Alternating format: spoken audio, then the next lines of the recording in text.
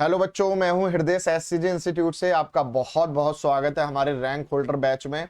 मैं आप लोगों को एक दो बातें क्लियर कर दूं कि चैप्टर नंबर 1 और चैप्टर नंबर 2 जो है हमने कवर कर लिया है बहुत अच्छे से। आप उनकी वीडियोस जो है डिस्क्रिप्शन बॉक्स में लिंक पड़ा हुआ है, वहां पे आप देख सकते हैं। और इस वीडियो में बेटा जो है हम कवर करने वाले हैं आपका चैप्टर नंबर 5 एनसीईआरटी के हिसाब से। और इस चैप्टर का नाम है बेटा the fundamental unit of life. ठीक है, तो बहुत ध्यान से देखेंगे।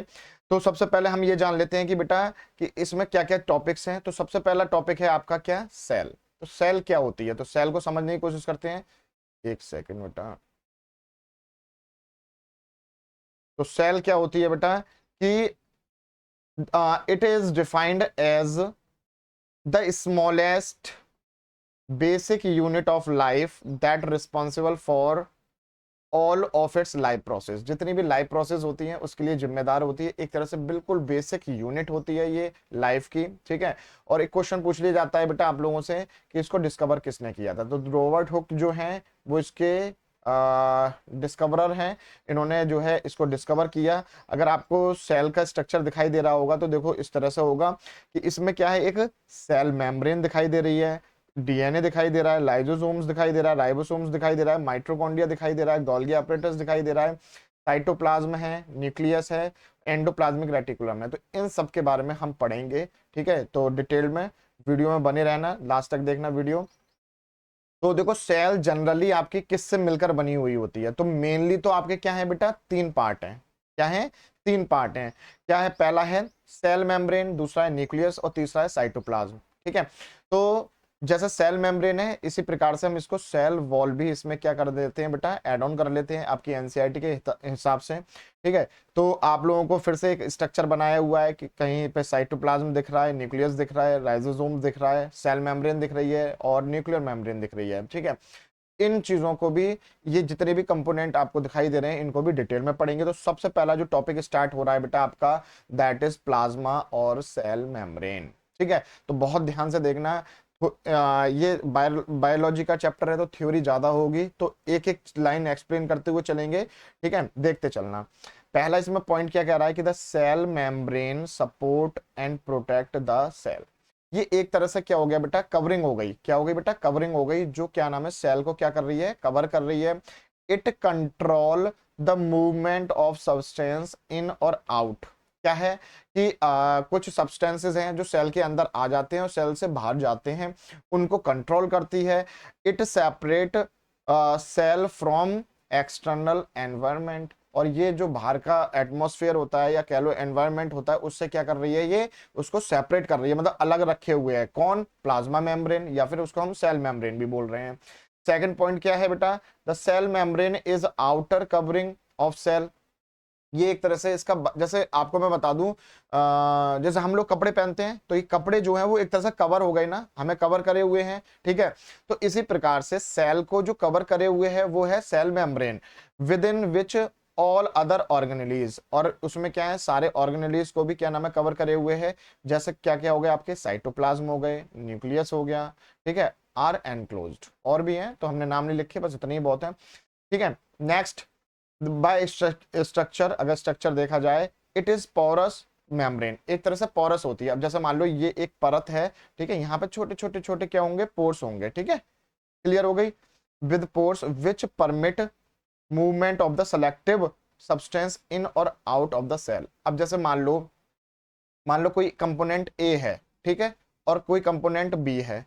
अगर सेल के लिए ए कंपोनेंट बहुत ज्यादा जरूरी है तो हमारी जो ये जो सेल वॉल होगी ना, ये ए को परमिट कर देगी, मतलब अंदर आने के लिए परमिशन दे देगी। ठीक है, लेकिन बी को नहीं आने देगी।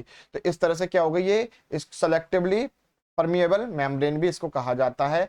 It form the wall structure, एक तरह से वॉल स्ट्रक्चर होता है between two cell as well as between the cell and its surrounding. तो आपने पूरी बात अगर इसमें देखी होगी तो यही देखा होगा कि ये क्या कर रही है, एक तरह से बाहरी चीज को अंदर की चीजों, मतलब बाहर अंदर की जो चीजें हैं, सेल के अंदर जो चीजें हैं उनको क्या कर रही है, सेपरेट कर रही है बाहर की चीजों से। ठीक है। तो जनरली एक तरह से ये कवरिंग वाली बात हो गई कि हाँ ये कवर कर रही है बाहर की चीजों से। ठीक है। चलिए अब देखते हैं अगला टॉपिक क्या है हमारे पास। What will happen if we put an animal cell और plant cell in a solution of sugar और सॉल्ट इन वाटर। अगर हम एनिमल सेल और प्लांट सेल को शुगर वाटर या फिर सॉल्ट वाटर में रखते हैं तो क्या होता है, तो हमारे पास तीन तरह के सॉल्यूशन बन के आते हैं, हाइपोटोनिक, आइसोटोनिक और हाइपरटोनिक। ठीक है, तो ये आपके एग्जाम में क्वेश्चन की तरह पूछ लिए जाते हैं, तो ध्यान से समझना बेटा। हाइपोटोनिक सॉल्यूशन क्या होता है, if the medium surrounding the cell has higher water concentration then the cell. अब देखो मैं इसको बहुत अच्छे से समझाने की कोशिश करूंगा आप लोगों को। मान लो बेटा ये एक सेल है, ठीक है, ये न्यूक्लियस है हमारा। अगर पानी की कंसंट्रेशन जो है बाहर ज्यादा होगी, मतलब वाटर की कंसंट्रेशन बाहर ज्यादा होगी सेल के मुकाबले, तो वो वाला जो सॉल्यूशन होगा वो हाइपोटोनिक होगा, याद रह जाएगा। अब आइसोटोनिक का मतलब क्या होता है, आइसो का मतलब होता है बेटा क्या, सेम। बहुत ध्यान से देखना, आइसो का मतलब होता है सेम, मतलब वाटर की कंसंट्रेशन बाहर सेल के और अंदर दोनों तरफ क्या हो जाएगी, इक्वल हो जाएगी, तो वो आइसोटोनिक हो जाएगा। हाइपरटोनिक क्या होगा बेटा, if the medium has lower concentration of water then the cell, मतलब अब पानी की मात्रा सेल के अंदर क्या हो जा रही है, ज्यादा हो जा रही है, लेकिन बाहर जो है वो कम हो जा रही है, तो उसको हम बोलते हैं हाइपरटोनिक सॉल्यूशन। ठीक है, तो ये तीन इंपॉर्टेंट टॉपिक थे, आप इन्हें याद कर लेना क्योंकि एग्जाम पर्पज से बहुत ज्यादा इंपॉर्टेंट है। नेक्स्ट टॉपिक है बेटा आपका सेल वॉल। तो सेल वॉल क्या होती है, the cell wall is most prominent part of the plant cell structure, it is made up of the cellulose. तो ये किससे मिलकर बनी हुई होती है बेटा, सेल्यूलोज से मिलकर बनी हुई होती है। काम क्या होता है वो भी देख लेते हैं। The cell wall is present exclusively in plant cell, it protect the plasma membrane. अभी देखो प्लाज्मा मेम्ब्रेन हमने ऊपर से पढ़ा था, तो ये क्या काम करती है, जैसे मान लो फॉर एग्जांपल ये हमारी सेल थी, ठीक है, ये न्यूक्लियस था, तो इस सेल की जो ऊपर वाली जो परत है ना वो हमारी क्या थी बेटा, प्लाज्मा मेम्ब्रेन। फिर इसके ऊपर एक परत और होती है जिसको हम बोलते हैं क्या बेटा, सेल वॉल। अब ये क्या काम कर रही है, ये जो सेल वॉल है ये इस वाली प्लाज्मा मेम्ब्रेन को क्या कर रही है, प्रोटेक्ट कर रही है। The cell wall is also the outer most layer of the plant cell, और ये आउटर मोस्ट शेल होती है। ठीक है, तो it is rigid and stiff, stiff और रिजिड मतलब क्या नाम है, स्ट्रांग होती है, सराउंडिंग द सेल मेम्ब्रेन। ठीक है, जो सेल होती है उसके चारों तरफ क्या होती है, स्टिफ मतलब मजबूत होती है ये। ठीक है, it provide shape and support to the cell, और ये क्या काम करती है बेटा, शेप प्रोवाइड करती है, सपोर्ट प्रोवाइड करती है सेल को, और प्रोटेक्ट करती है बेटा मैकेनिकल शॉक एंड इंजरीज से। ठीक है, कि इंजरी ना हो जाए, है ना, तो उससे, और मैकेनिकल सपोर्ट करती है किसको, सेल को। ठीक है, तो ये सेल वॉल खत्म हो गई हमारी। नाउ साइटोप्लाज्म और न्यूक्लियस हम एक साथ पढ़ लेंगे कि भाई साइटोप्लाज्म क्या होता है। साइटोप्लाज्म देख लेते हैं बेटा। इस साइटोप्लाज्म इज थिक और क्लियर जेली लाइक सब्सटेंस। कैसा सब्सटेंस होता है बेटा, ये जेली लाइक सब्सटेंस होता है, present inside the cell membrane, और ये सेल मेम्ब्रेन के अंदर प्रेजेंट होता है। Most of the chemical reaction within the cell take place in the cytoplasm, और जितनी भी केमिकल रिएक्शंस होती हैं वो सारी की सारी कहां पर हो रही हैं बेटा, साइटोप्लाज्म में हो रही हैं। The cell organelles such as endoplasmic reticulum, vacuoles, mitochondria, ribosomes are suspended in this cytoplasm. तो सब कहाँ मिलेंगे आपको, साइटोप्लाज्म के अंदर मिलेंगे। ठीक है, तो ये चीज आप याद कर सकते हो, नोट्स पे बनाने हो तो नोट्स भी बना सकते हो इनके। ठीक है, लास्ट टॉपिक है हमारे पास इसमें कि न्यूक्लियस। तो न्यूक्लियस क्या होता है कि the nucleus contain the heredity material of the cell. ये एक तरह से क्या है, एक हेरिडिटी मटेरियल को क्या करता है बेटा, कंटेन करता है, और जिसको हम बोलते हैं क्या, डीएनए। तो it send signal to the cell to grow, mature, divide and die. और ये एक तरह से सिग्नल जो है सेंड करता है कि सेल को ग्रो होना चाहिए, मैच्योर होना चाहिए, डिवाइड होना चाहिए और मर जाना चाहिए। ठीक है, the nucleus is surrounded by the nuclear envelope. एक तरह से ये न्यूक्लियर एनवलप से क्या नाम है, ढका हुआ होता है। जैसे मैं बता देता हूँ आपको, ये सेल थी, ठीक है, ये न्यूक्लियस था, तो इस न्यूक्लियस की जो चारों तरफ शेल होगी उसको हम बोल रहे हैं बेटा न्यूक्लियर, न्यूक्लियर मेम्ब्रेन। ठीक है, that separate DNA from the rest of the cell, और इसके अंदर ही क्या पाया जाता है, हमारा डीएनए पाया जाता है, जो पूरी सेल को पूरी सेल से क्या करता है, इसको सेपरेट करता है।